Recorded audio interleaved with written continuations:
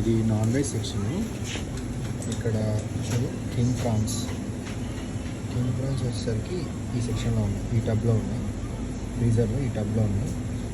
తర్వాత ఇది వచ్చేసి కింగ్ ప్రాన్స్లో ఓషన్ సీ అంట. ఈ రెండు ఒకే టైప్, బట్ ఈ ప్యాకెట్లో వచ్చేసి 375 గ్రామ్స్ ఉంటాయి.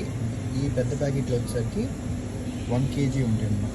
ఇది 1 kg ఇది ప్యాకెట్, ఇదేమో 375 గ్రామ్స్ ఉంటాయి అన్నమాట. సో ఇది ఓపెన్ చేసి చూద్దాము. చాలా పెద్ద ప్యాకెట్ ఉంది. దీని ఇంకా కింగ్ ప్రాన్స్ ఉన్నాయి.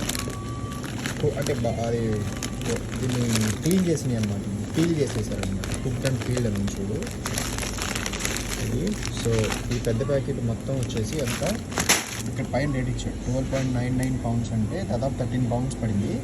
13 pounds అంటే 1500 రూపీస్, నియర్లీ 1500 రూపీస్ వస్తుంది. 1450 రూపీస్ కానీ లేదా 1500 రూపీస్ కానీ వస్తుంది.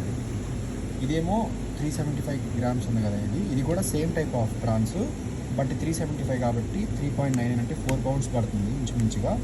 సో 4 pounds అంటే ఆల్మోస్ట్ అది కూడా వచ్చేసి మనకి